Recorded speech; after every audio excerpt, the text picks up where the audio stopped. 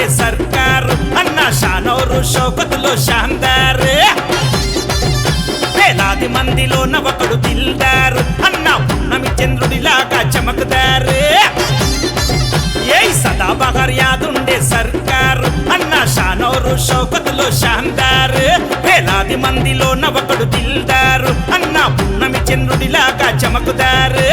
ఎదురులేని మునగాడురా అన్న దేనికి తల వంచని